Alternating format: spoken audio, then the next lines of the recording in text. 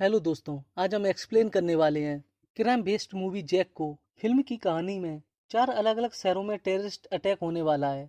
Raw agent Jack क्या attack होने से रोक पाएगा? चलिए जानते हैं। साद नाम का आदमी एक प्राइवेट डिटेक्टिव एजेंसी में जाता है और उनके हेड से कहता है, मेरी लाइफ की सबसे बड़ी प्रॉब्लम मेरा बेटा है। वो मुझे कुछ भी नहीं बताता है। मैं जानना चाहता हूँ वो कर क्या रहा है, चाहे इसके लिए तुम्हें लाखों रुपए क्यों न देने पड़ जाएं। अगले सीन में हम प्रसाद के बेटे जैक को देखते हैं। रॉ एजेंसी में शामिल होने का उसका बचपन से सपना है, इसलिए वो इंटरव्यू देने आया है, जहां उसकी मुलाकात आईपीएस राजकुमार से होती है। वो भी रॉ में इंटरव्यू देने आए हैं। इंटरव्यू देने के बाद जब वो अपने घर जाता है तो उसके पापा कहते हैं, तुम क्या काम करते हो? अगर मुझे नहीं बताओगे तो पता नहीं चलेगा क्या? अगले 1 हफ्ते में पता लगाकर तुम्हें अपनी उंगलियों पर नचाऊंगा। ये सुनकर जैक सोचने लगता है, आज पापा में इतना कॉन्फिडेंस कहाँ से आ गया। फिर वो पापा की आईडी से पता लगा लेता है कि वो आज प्राइवेट डिटेक्टिव एजेंसी से मिलने गए थे। अगले दिन डिटेक्टिव एजेंसी के हेड की बेटी अफसान अपने 2 साथियों के साथ जैक का पीछा करने लगती है।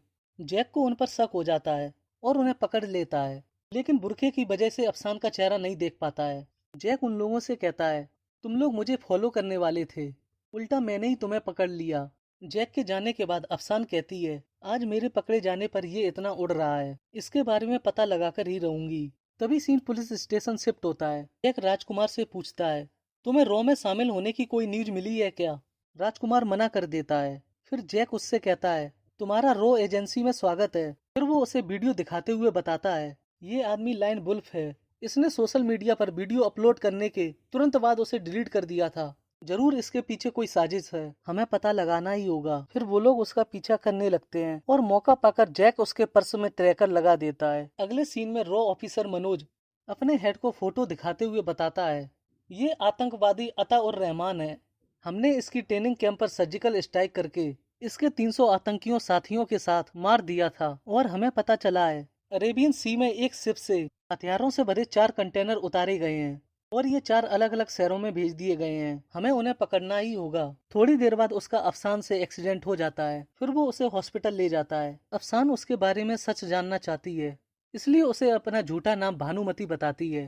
तभी जैक की नजर बुरखे वाली औरत पर पड़ती है और वो अफसान से कहता है, मैं कौन सी जॉब करता हूँ ये पता लगाने के लिए पापा ने मेरे पीछे डिटेक्टिव लगाया है। मुझे शक है कहीं ये वही तो नहीं है। अफसान कहती है, ऐसा कौन सा घटिया काम कर रहे हो जो तुम बताने से भी डरते हो? जैक कहता है, मैं जो काम कर रहा हूँ वो किसी को भी नहीं बता सकता। फिर लॉन वुल्फ को खबर मिलती है, कल 4 मीनार आ जाना, तुम्हारी सोच से भी ज्यादा 10 गुना हथियार मिलेंगे तुम्हें। जैक उसको ट्रैक करता है और उसे भी हथियार वाली खबर पता चल जाती है। अगले दिन जैक और राजकुमार 4 मीनार पहुंच जाते हैं। वहीं मनोज की टीम भी हथियारों का पता लगाने के लिए 4 मीनार पहुंच जाती है। वो लोग लॉन वुल्फ को पकड़ लेते हैं और उससे पूछते हैं, तुम्हें यहाँ किसने बुलाया है? फिर उसे सफी नाम का आदमी फोन करके पास वाले रेस्टोरेंट आने के लिए कहता है।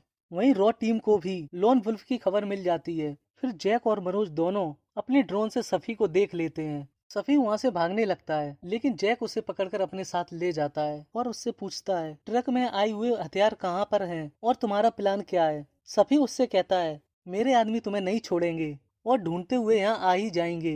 वहीं मनोज की टीम लाइन वुल्फ को पकड़ लेती है। वो मनोज को बताता है, मुझे हथियार से भरे ट्रक को उनकी बताई जगह पर ले जाकर धमाका करने को कहा गया था।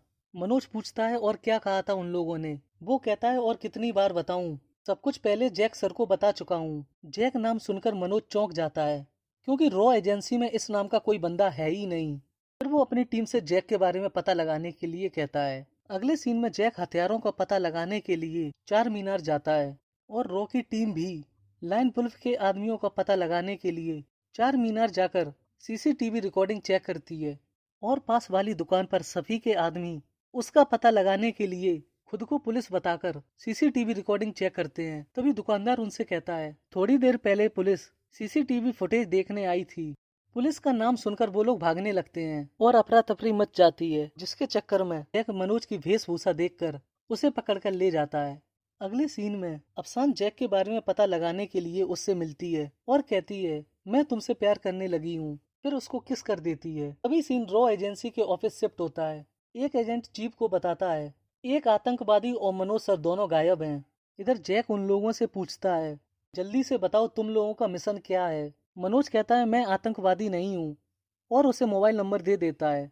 वो उस नंबर पर फोन करके कहता है, अगर तुम अपने आदमी से मिलना चाहते हो तो कल कैफे आ जाना। फिर वो सफी से भी मोबाइल नंबर लेकर उसके साथियों को फोन करके कल कैफे आने के लिए कहता है। अगले दिन जैक बुर्का पहनकर कैफे पहुंचता है। रो की टीम और सफी का साथी वहां पहुंच जाते हैं। थोड़ी देर बाद वहां भगदड़ हो जाती है। फिर वो एक औरत से पूछता है क्या प्रॉब्लम हो गई है। वो उसे बताती है, हमारे एक ऑफिसर मिसिंग है, हम लोग उन्हें ढूंढ रहे हैं। तभी जैक को पता चल जाता है उसने दूसरे आदमी को किडनैप किया था। वो एक रॉ एजेंट है। इसके बाद वो मनोज से जाकर माफी मांगता है और कहता है, मैंने रॉ की जॉब में इंटरव्यू दिया था, मगर नौकरी लगने तक इंतजार क्यों करना, इसलिए मैंने अपना मिशन खुद तैयार किया। फिर राजकुमार जैक से मनोज को छोड़ने के लिए कहता है, लेकिन वो ऐसा करने से मना कर देता है। कहता है, मैंने ये मिशन खुद शुरू किया था और खत्म भी मैं ही करूंगा।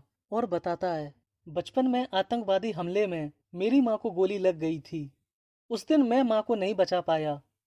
फिर मैंने डिसाइड किया मैं अपने देश के लिए खड़ा रहूंगा। फिर राजकुमार पूछता है, अब क्या करना है। जैक उससे कहता है, वो आतंकवादी हमसे ज्यादा दूर नहीं है।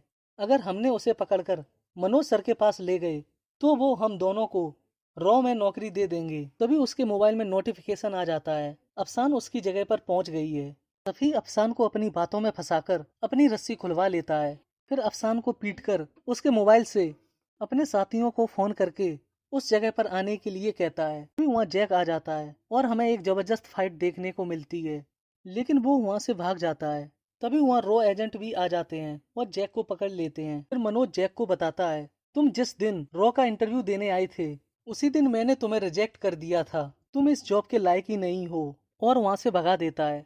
फिर उसी रात अपने पापा से कहता है, मैं जो नौकरी करना चाहता था मैं उसके काबिल नहीं हूँ, ऐसा कहकर मुझे निकाल दिया है। लेकिन मैं अब कुछ ऐसा करूंगा कि वो लोग खुद मुझे घर पर नौकरी देने आएंगे। वो सर्च करने लगता है। तभी उसे एक मेडिसिन मिलती है जो सफी लेता था। फिर सर्च करने पर पता चलता है ये दवा सफी ने नेपाल के किसी दुकान से ली है। इधर अफसान के पापा उससे कहते हैं, जैक नेपाल चला गया है और तुम्हारी वजह से ऐसा पहली बार हुआ है कि हमारी एजेंसी कोई केस सॉल्व नहीं कर पाई है। अफसान पापा से कहती है, मैं भी नेपाल जा रही हूँ। वहीं दूसरी तरफ मनोज को भी पता चल जाता है जो आतंकवादी भागे हैं वो इस समय नेपाल में हैं। तभी से नेपाल शिफ्ट होता है। जैक एक मेडिकल शॉप पर जाकर वो दवा मांगता है और चुपके से एक ट्रैकर वहां लगा देता है। दुकानदार बताता है, ये एक रेयर टेबलेट है जो सिर्फ ऑर्डर करने पर ही मिलती है, आप ऑर्डर कर दीजिए और 2 दिन बाद आकर ले जाना।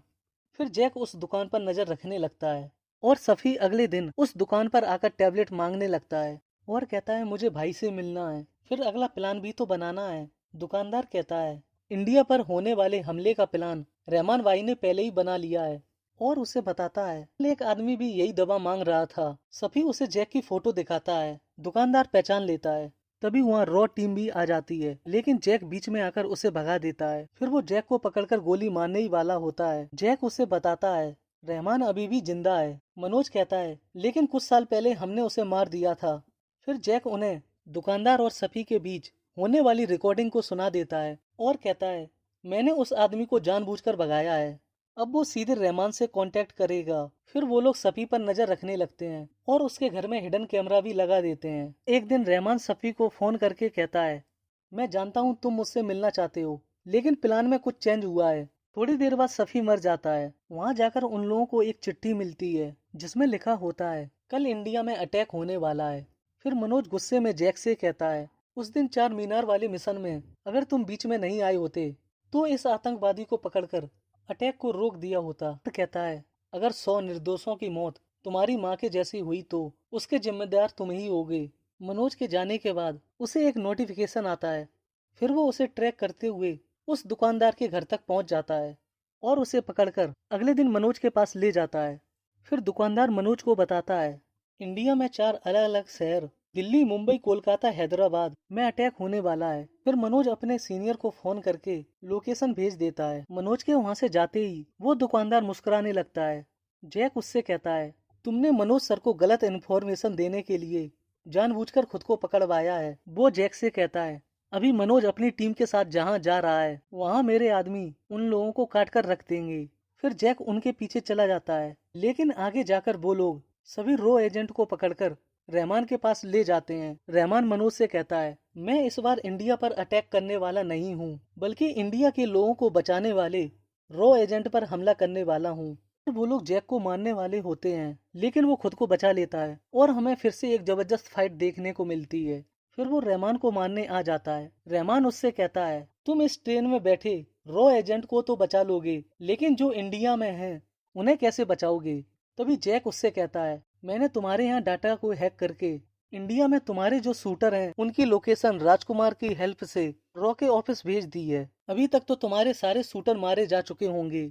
फिर वो रहमान को मार देता है। इंडिया वापस आकर अफसान जैक के पापा को बताती है, आपका बेटा कोई गलत काम नहीं कर रहा है।